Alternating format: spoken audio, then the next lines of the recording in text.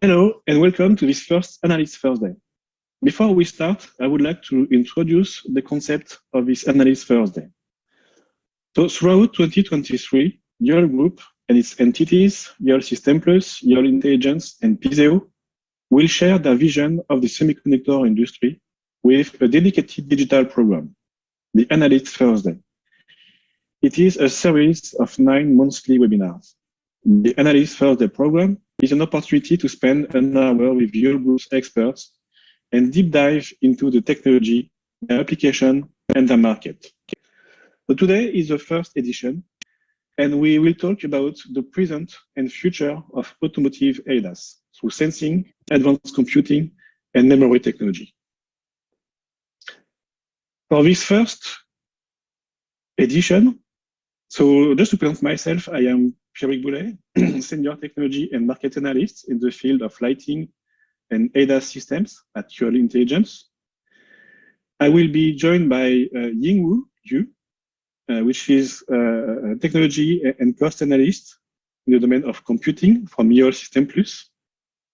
There will be as well Thibaut Grossi, Senior Technology and Market Analyst in the memory activity from YOL Intelligence, and Adrien Sanchez, Technology and Market Analyst in the field of computing and software from YOL Intelligence. So to introduce the topic of today, I would like to talk about the different level of autonomies and the application use case.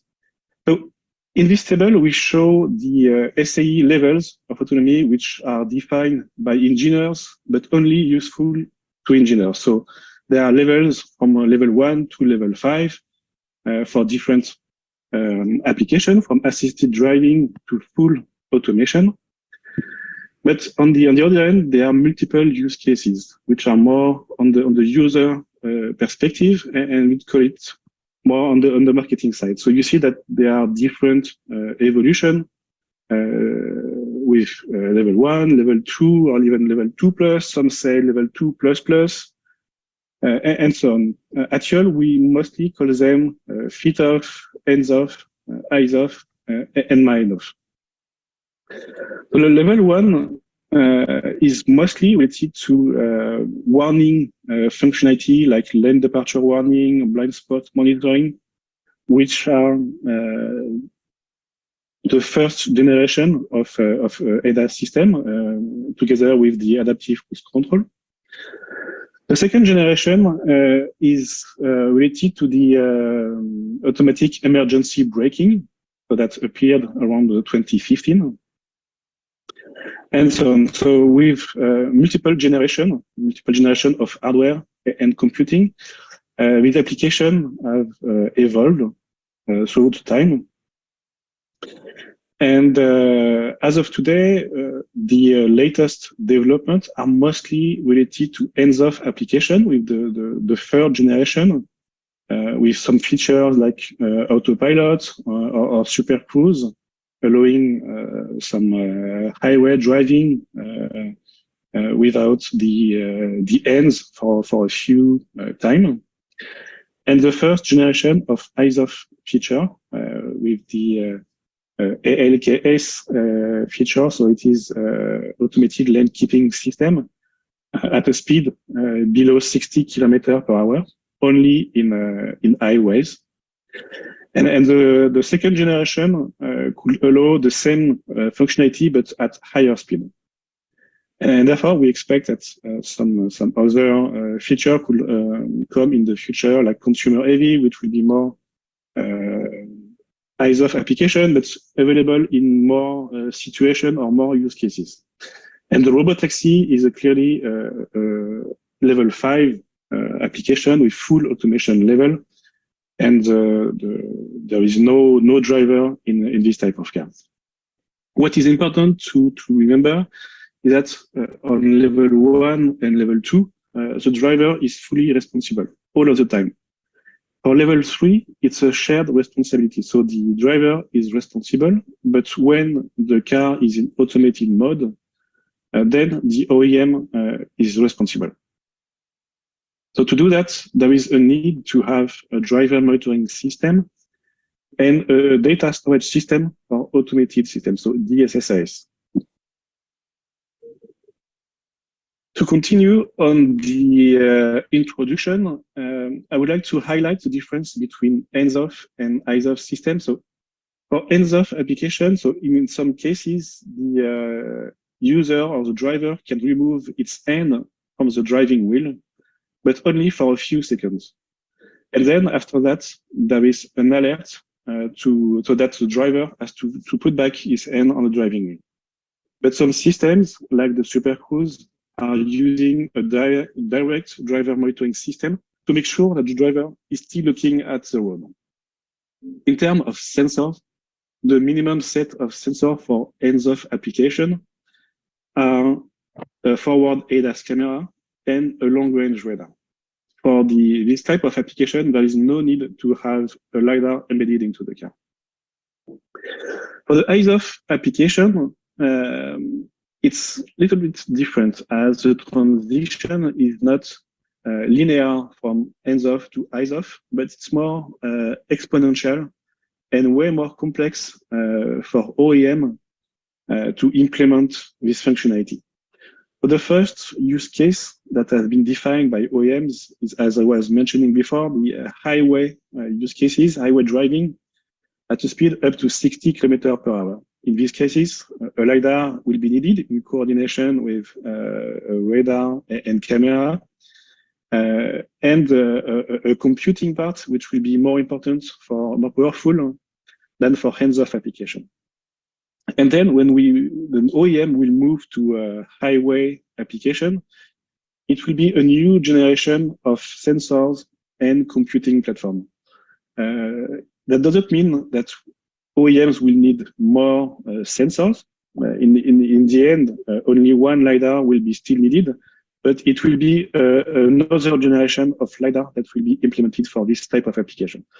And so on for all of the application that we have described here. So you can clearly see that the number of sensors is expected to grow in the future to enable multiple use cases, and that will be quite similar for the computing platform and the memory. So I would like, first of all, to come back to the fit-off application. And Adrian, I would like you could tell us more about some fit-off applications that are based on camera and the relating the related processing platform. Thank you, Pierrick. So yes, indeed, I can go deeper on this topic. So fit-off cars are really the first level of autonomy for cars, and they are mainly based on the front camera. So this front camera can be used for several applications, such as advanced emergency braking, IEB, adaptive cruise control, lane keep assist, that kind of application. And regulation is one of the main driver for the adoption of this level of autonomy, for the adoption of fit-off cars.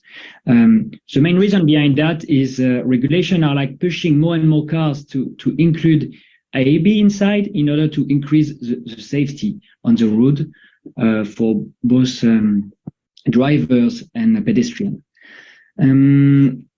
And this regulation, this intensive, are explaining that there is today a very high adoption of this kind of front camera in car today.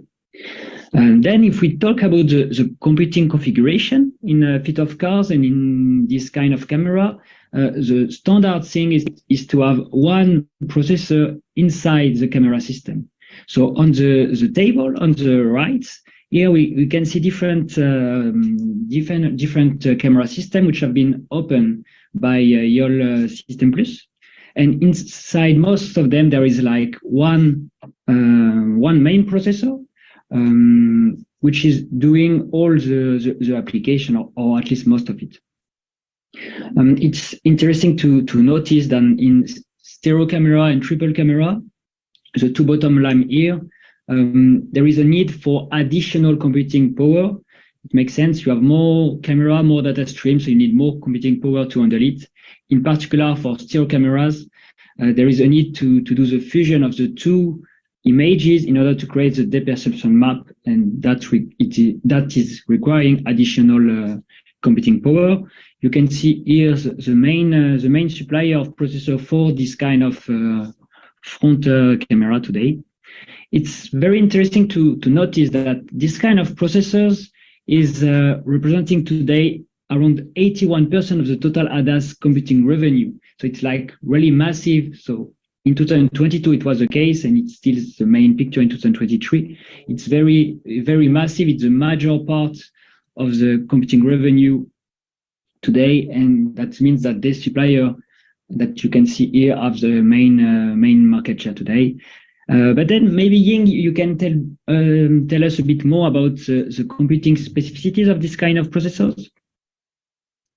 Okay, thank you, Adrien. So concerning the device that support ADAS feed-off, there are several control units who plays a role as eye and brains on the card. So here is an example. This is a front camera module block made by LG and embedded in the several cars models such as Mercedes-Benz C-Class W206. It is used to process the signal of the one of a single camera in the car and then display to the driver. So in such a device, the module makers integrate several components as you've seen. And the most critical element is the main processor. In the example of LG camera module, we see Renesas R-Car V3H SoC in its the main processor. And in fact, this kind of system on chip are now widely used to boost the ADAS computing. So in fact, we are looking forward to the more advanced ADAS technology. Pierrick, maybe you can tell us more about the next level of the ADAS. Yes, I would like to deep dive on the hands-off features and give you, let's say, more information on this level. So I would like to start with a few description of this level. So this level, in theory, by definition, the vehicle can perform longitudinal and lateral driving tasks, which is quite different from the fit-off level where the vehicle can perform longitudinal or lateral driving tasks. And for this hands-off feature, the main use cases are the adaptive cruise control, the lane keeping assist, and the traffic jam assist. And the traffic jam assist is mostly the combination of an adaptive cruise control with a stop and go feature and the lane keeping assist feature. Therefore, we also find in these features highway assist and the park assist application. In terms of technology, this level of autonomy relies mostly on the use of two main sensors, so a forward ADAS camera, so we can find mono camera, stereo camera, or even triple camera depending on the type of cars, and a long-range radar. And the computing power can vary drastically depending on the use cases. So we have found that the computing power can be between 0.25 TOPS for the basic application and up to 74 TOPS for the most advanced application, which is the case, for example, of Tesla using two FSD chips at 37 TOPS. But in most of the case, the computing power will be much lower using Mobileye chips, for example, with a computing power up to 25 TOPS. Regarding the naming of this functionality, each OEM have their own naming. For example, Nissan is using the ProPilot, Volvo is calling it Pilot Assist, BMW Drive Assist Pro, and so on and so on. And the most advanced feature as of today are the one from GM called Super Cruise and Tesla Autopilot. And for all of these features, there are still warnings if the driver doesn't touch the steering wheel after a short delay. In terms of volume, In 2022, we estimated that around 25 million cars are having hands-off driving features. And in 2028, we expect that around 65 million cars will have hands-off driving features. This volume of car will be a strong driver for the camera, radar, and computing market. So Ying, as we have mentioned, one of the processing will be from Tesla. Could you tell us more what you have seen on the Tesla Autopilot? Yeah, of course, Vivek. Yes, another type of module that can support more operation here is the driver assistant autopilot from Tesla Model 3, as you can see. This module is developed by Tesla and to enhance the driving safety. This module can compute the signals from more than one camera, then provide the certain function based on the input data. And the heart of the Tesla autopilot system are two self-designed SoC. They call it the FSD chip, full self-driving chip. The FSD architecture, as you can see, the die architecture includes a big part of the neural processor unit, and also CPU, GPU, ISP, and several memory interface. This kind of powerful SoC dies are usually manufactured by advanced fab with FinFET technology. So we can see that the technology which support hands-off driving includes more functionality. So I can imagine an exciting era for eyes-off driving. So maybe we return back to Peric. How would you share your opinion or view on this? Yeah, I would like to talk a little bit on the centralization part, as it is quite important for higher levels of autonomy. And it is clear that the car architecture is moving from a distributed to a more centralized architecture. At first, OEMs were using distributed architectures, and the number of ECUs could be very high, up to 150 ECUs. So basically, OEMs with one function or one ECU.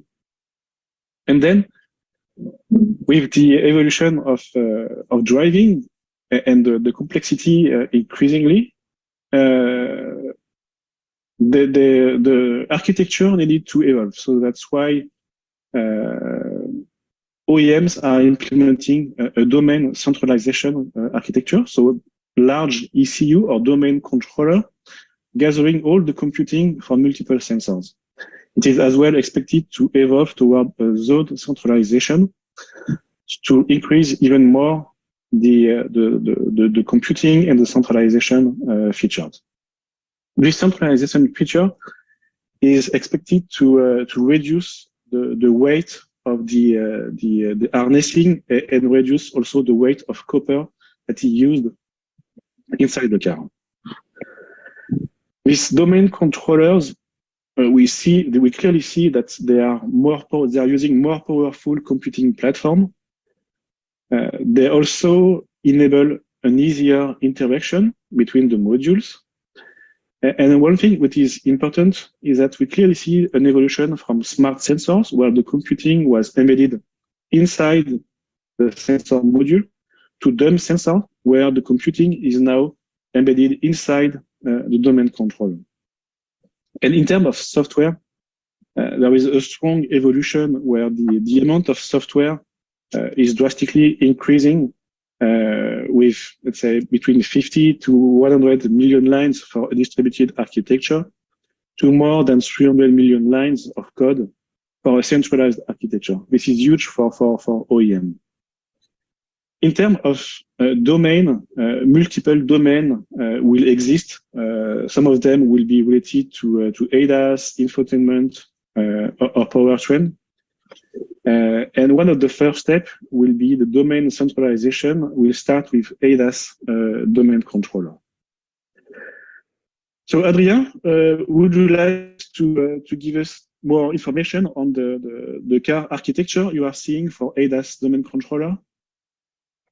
Yes, Yes, Pierrick. So in this on this part, let's focus a bit on ADAS domain controller.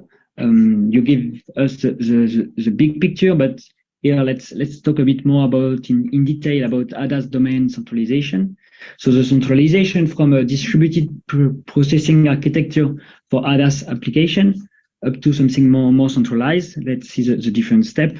But first, let's remind the main rationale for which are behind this willingness to do more ADAS domain centralization. One of the main thing is something that you already mentioned about is the growth of the number of sensors from only one camera in foot of cars. In the next level, you need even more cameras. You need also more radars. At some point, LiDARs are also appearing, maybe several LiDAR in the future. And this multiplication of sensors is a strong rationale to go through more centralization architecture, to a more centralized architecture, because in this context, having one processor per sensor will be very costly and will not make a lot of sense. It's much more cost effective to have a more centralized architecture. This is one argument. And then another argument is that when you have different sensors, in order to do this more and more evolved application, you need to do at some point data fusion to consolidate the perception of the environment. And for that, you need to fuse the different outputs from the different sensors. And you need a place to do that. You need a central platform to merge all the data stream, which is an additional argument to go for more centralization. Decentralization won't happen like from nothing to full centralization for the ADAS domain controller. There are many paths which can be taken by the different OEMs. Let's see today what are the main one. So the first one is to centralize first the cameras. Why the camera first? Is because first you have many cameras. It is one of the main sensing technology used to understand the outside of the cars. It's also the more mature technology. Imaging perception technology are really well spread and well understood today. What's the OEM, which are called new OEMs, such as Tesla and NIO, directly start by this step, having a centralized architectures for the camera. Traditional OEMs are also moving. Some of them are already moving in this direction. And we expect that all of them at some point will move again for something more centralized, with also radar data stream and LiDAR data stream, which are the computation of the data stream, which are centralized in a central domain controller. Then so we are talking about the different architectures, but let's talk a bit more specifically about the computing specificities. So you have more and more sensors. Most of them are also growing in terms of resolution, in particular radar with the arrival of imaging radars. And all that means that you have more and more data stream to compute. And so you need more and more computing power to handle in real time all of this data. The second thing is that you want to do more and more evolved application to reach a higher level of autonomy. And for that, you need to compute more and more software blocks. You need to do object detection and classification, line and scene detection. You need to do the sensor fusion. You need to do the occupancy grid map generator. You need to predict what will be where will be the different objects in a few seconds. You need to do the path planner and the motion planner for the car. And at the end, you need also to send the good instruction to all the different actuators. So in order to do all that in real time, you need more and more computing power. And one thing that you need in particular is to be able to accelerate all the AI inferences which are done in the different block. So you need to be able to accelerate this AI inferences. And so you need to have AI acceleration engine inside your different system on chip. So last thing is that I mentioned that needs to be done in real time. Why in real time? It's because you want to do this perception stack, this prediction stack, and this decision stack before the arrival of the next frame of data, in order to ensure a better reactivity of the car system and to quickly act in order to take the best decision in the shorter amounts of time, because you want to reach a level of autonomy and you need distractiveness. But that was for the computing. But then if we look more on the memory side, maybe Thibaut, you want to give more insight on this side. Sure. Thank you, Adrien. So yeah, so from the memory perspective, we can see two main drivers for the automotive ADAS. So the first one is sensors, so more precisely smart sensors. So by smart sensors, I mean the front ADAS camera, the rear and side ADAS camera, as well as LiDAR and radars.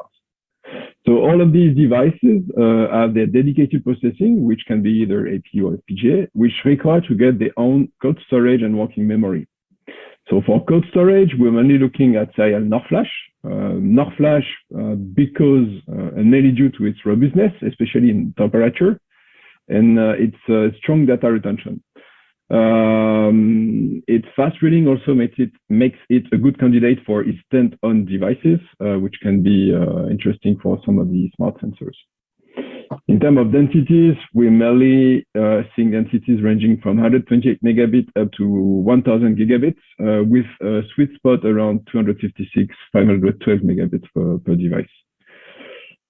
For more standard devices, I mean for MCU-based devices, such as a standard radar, an optional NOR flash might be needed, but in that case, we would be seeing densities more in the range of 16 to 32 megabits, which is a pretty small density here.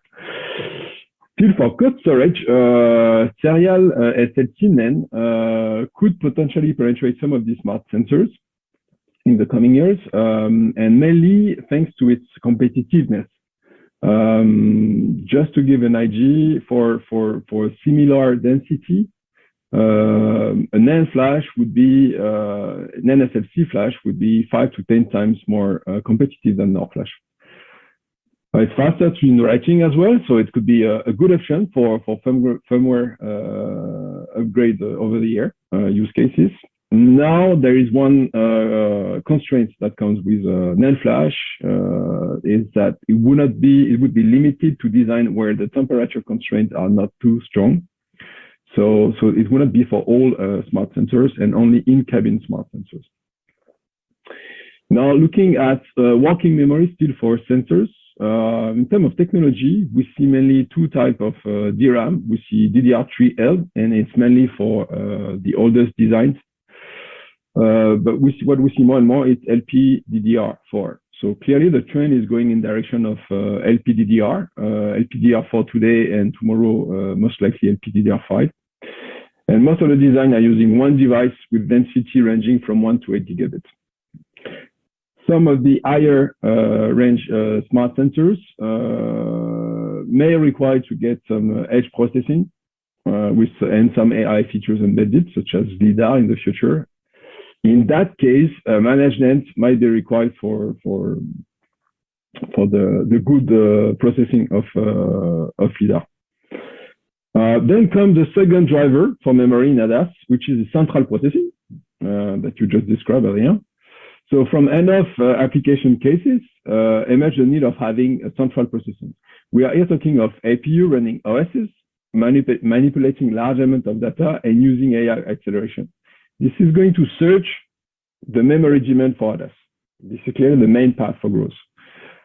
Considering working memories, some players are still relying on LPDDR, like Mobileye or Qualcomm, with wider and wider bus. So moving from 128-bit to 256-bit bus width in the future. When some players coming from the computer world are using even graphic DDR to address the high bandwidth requirements. So in terms of system density, we may see densities ranging from 16 gigabytes of DRAM up to over 100 for, let's say, robotaxi configuration. Looking at storage, code storage, interestingly, we may still find some NOR flash that can be used for the first level of boot, with density ranging from 512 megabit to 1 gigabit.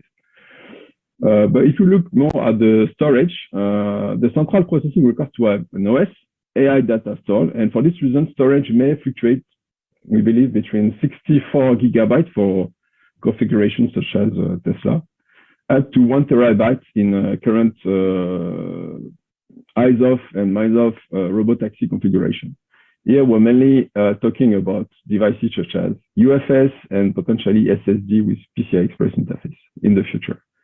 So talking of eyes-off, Pierre, could you share with us what it means in terms of hardware evolution? Yes, sure. So I will describe this level as multiple use cases can be implemented by OEM. So as I was mentioning, so the vehicle can perform as well longitudinal and lateral driving tasks, and in some cases, which are determined by the OEM, the vehicle can drive by itself. So as of today, the main use cases is linked to highway driving. This is called ALKS for Automated Lane Keeping System. And in this automated driving mode, the OEM is responsible if an accident occurs during this driving mode. In terms of technology, this level of autonomy relies mostly on the use of 3 main sensors. So we find the 2 main ones. So the forward ADAS camera, still it can be mono camera, stereo, or triple camera, and a long range LiDAR. The new sensor that we find is a long range LiDAR. The position of this sensor unclear, as some OEM are putting it in the bumper, in the grille, on the roof, or behind the windshield. But clearly the same application as highway driving is targeted by this OEM. In terms of computing, the computing power is increasingly high compared to hands-off application. And if we look to several OEMs like Lotto or NIO, which are also anticipating multiple functionalities or advanced functionalities for automated driving, they are embedding 2 NVIDIA Orin chips. That's the case for Lotto, totaling 500 TOPS for future updates.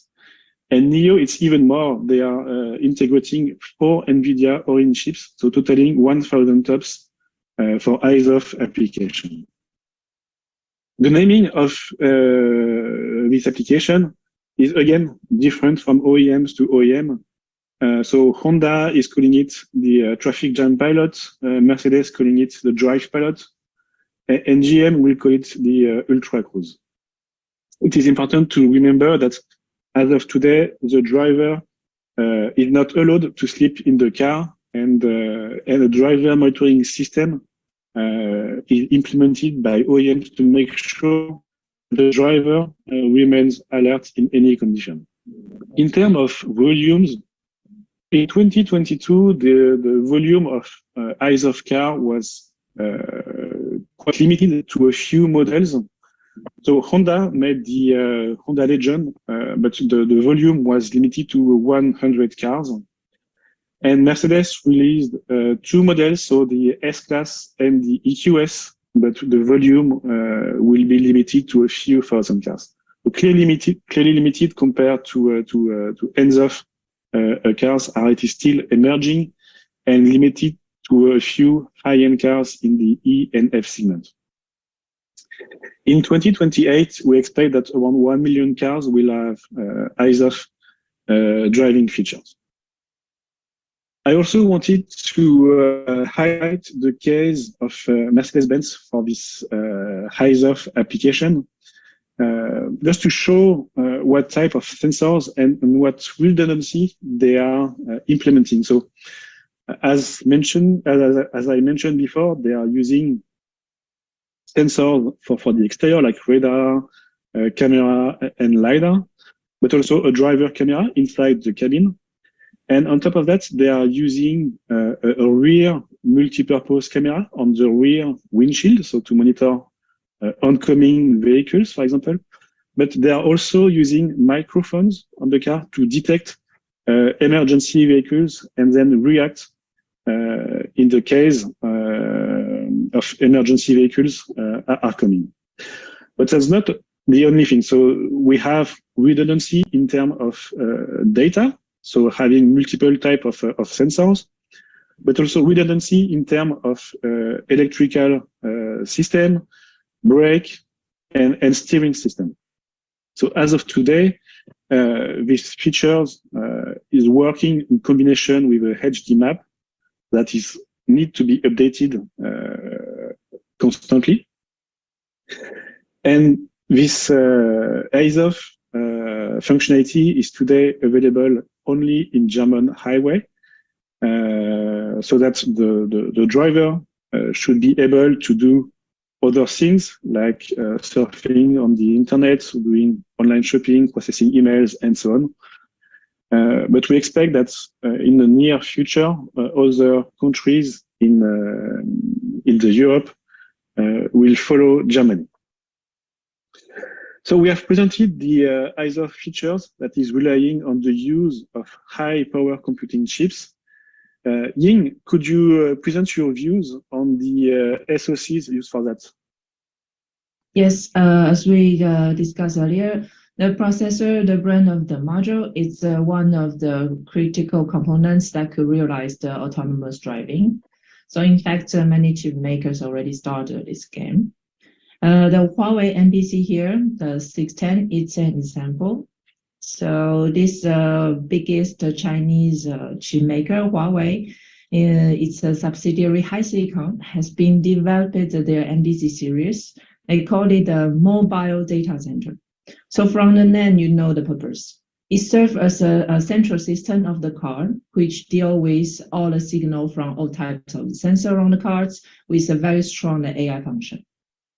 So based on this requirement, we can imagine that these kinds of a module, they need an SoC that have a very high intelligence computing performance to operate significant amount of the data.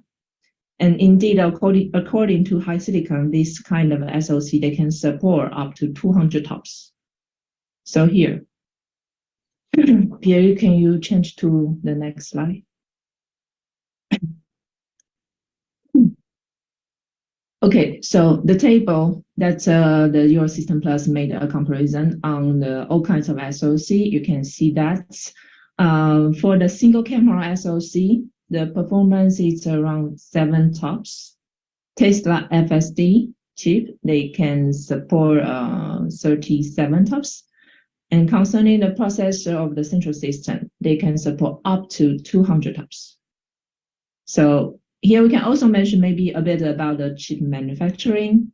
As you can see on the chip are all contains a metal cover, which is quite used very often to heat dissipation. And besides, all the chips we compare are made with a FinFET technology.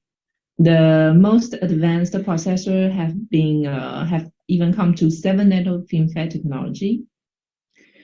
And as we need a more powerful brain to achieve autonomous driving, so I believe that's in the future the 5 or even 3 nanometer technology will penetrate into automotive ADAS SoC manufacturing. So how do you think, Thibault, from the memory point of view, maybe, well, what do you see? Yeah, so from the memory point of view, if we talk about hands-off, eyes-off, clearly the bandwidth for the DRAM is one of the main challenges with autonomous driving, okay? So if you consider the massive amount of data from sensors to be processed, especially in the fully centralized processing configuration, and the use of AI acceleration, the bandwidth requirement are expecting to be booming, okay?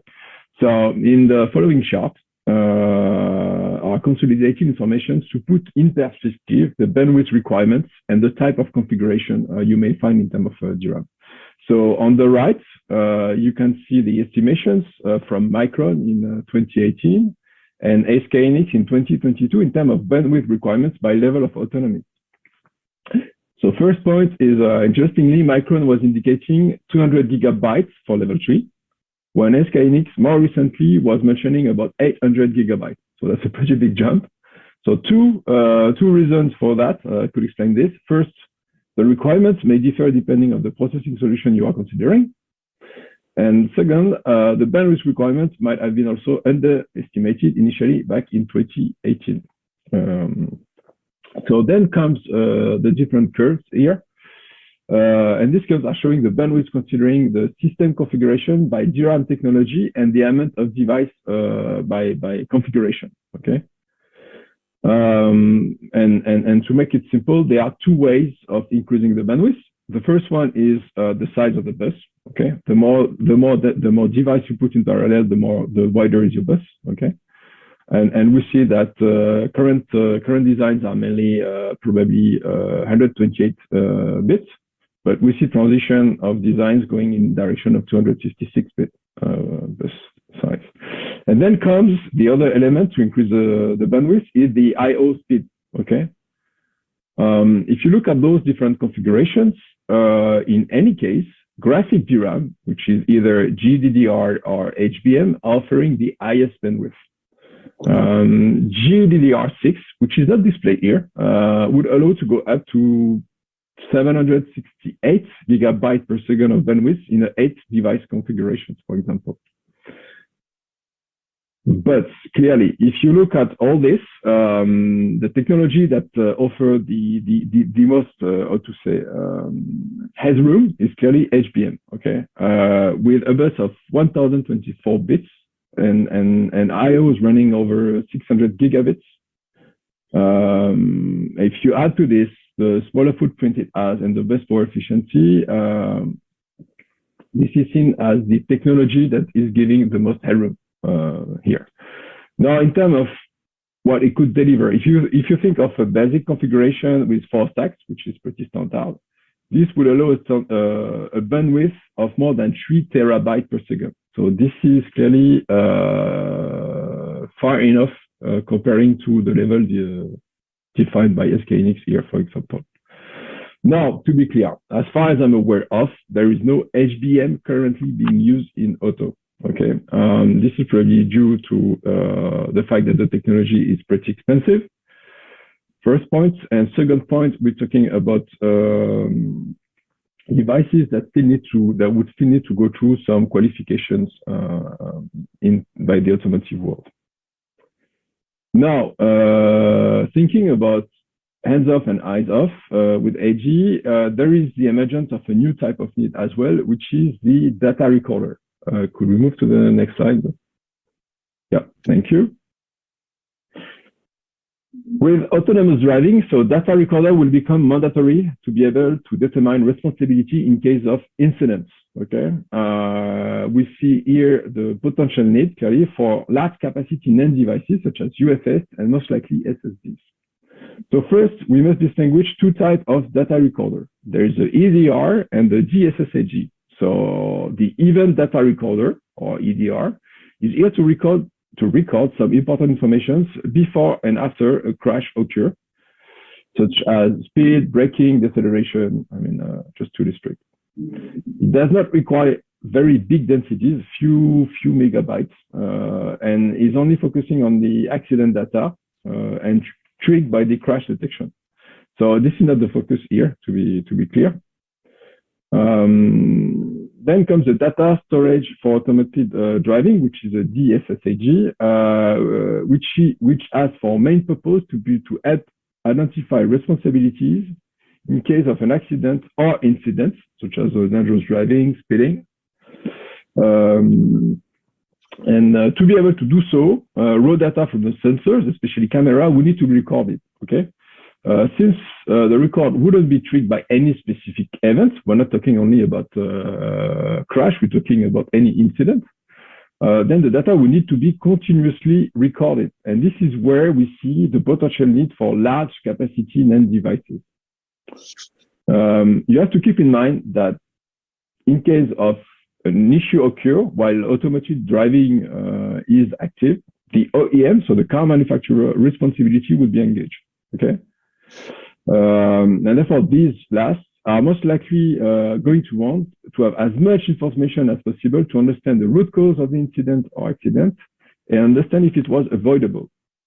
So considering the number of sensors and the sum of generated data, we're talking of few terabytes for consumer autonomous vehicle and hundreds of terabytes per day for robotaxi, for example.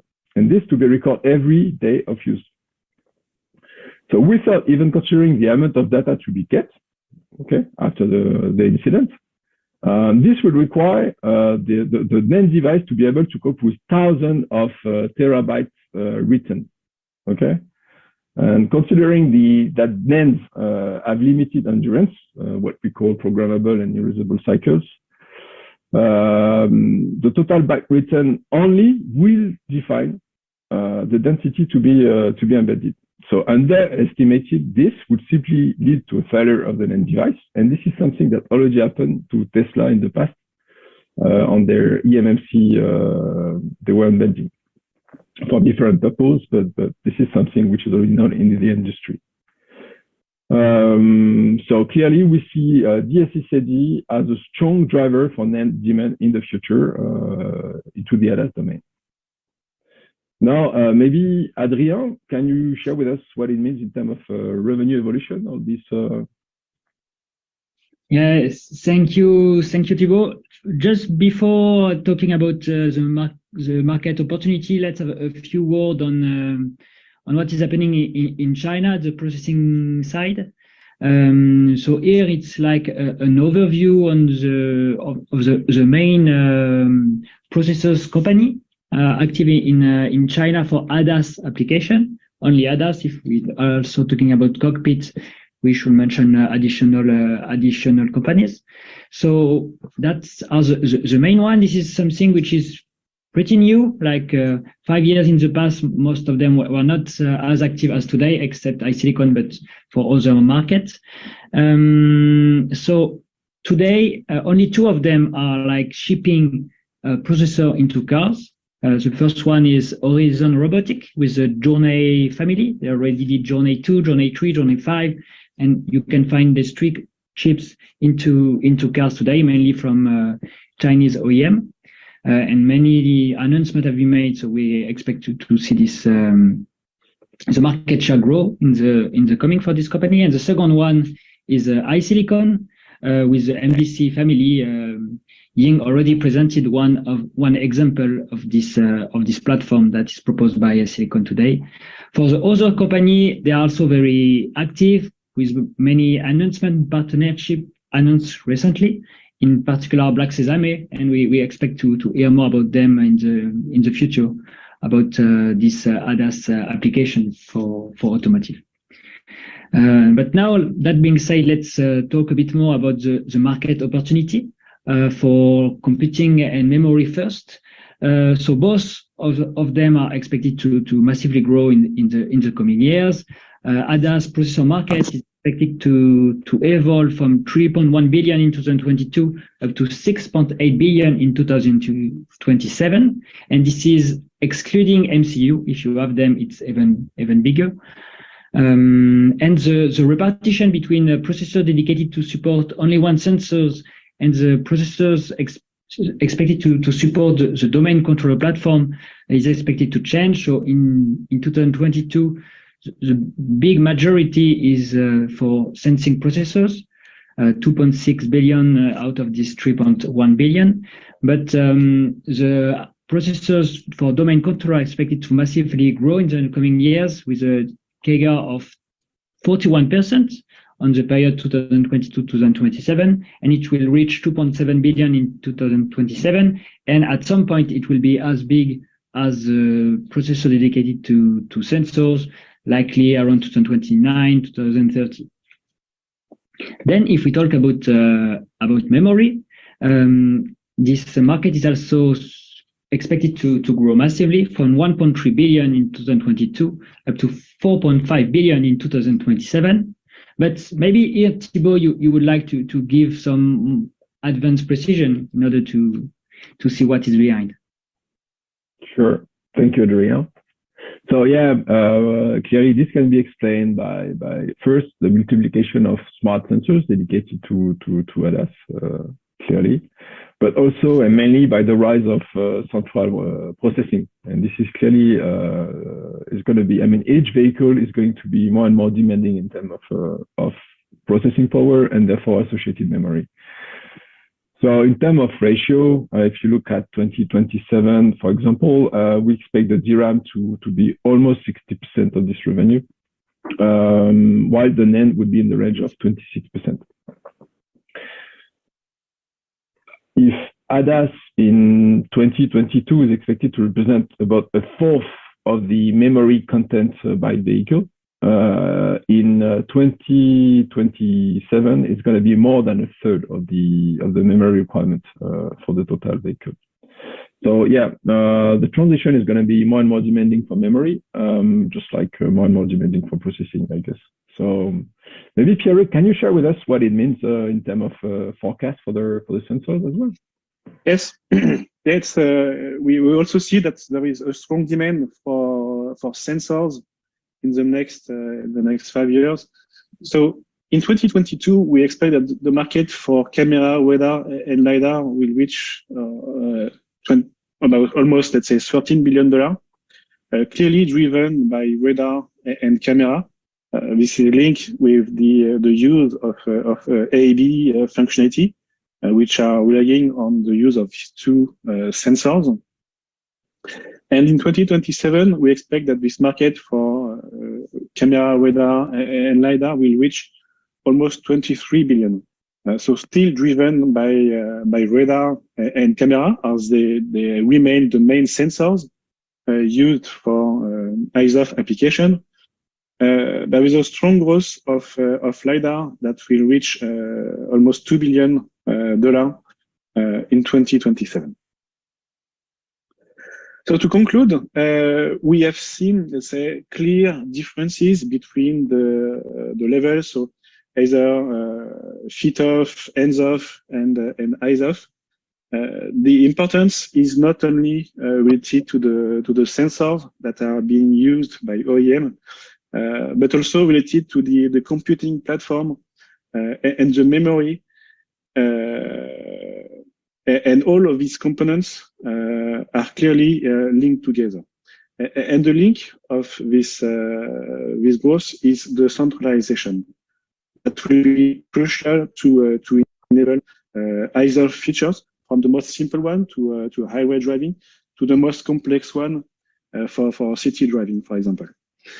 And this centralization will be needed to enable the fusion of data. So today it starts with ADAS, but other domain will be created in the near future, such as the infotainment or the powertrain. So to highlight a few projects where from which we made this analysis, we wanted to highlight some System Plus reports regarding the analysis of different SoCs, market monitors related to MCUs and processors, and your intelligence reports related to computing, imaging, memory, or LiDAR. We have also Teardown Tracks related to automotive, with several teardown about the Tesla hardware, some ECUs related to camera, or the camera themselves, for example, the stereo camera from Veoneer, or LiDAR, and one recent teardown was related to the Livox one, recently opened by System Plus. Coming soon, there will be 2 reports related to automotive. So the radar for automotive coming next month, and the sensors for automotive as well coming next month. So we would like to thank you for this first date of the Analyst first day. You will be able to find the replay and the presentation on our website soon. I would like also to highlight that the next date for this Analyst first day will be on April 13th, and the topic will be related to manufacturing equipment. So thank you for your attention, and see you soon.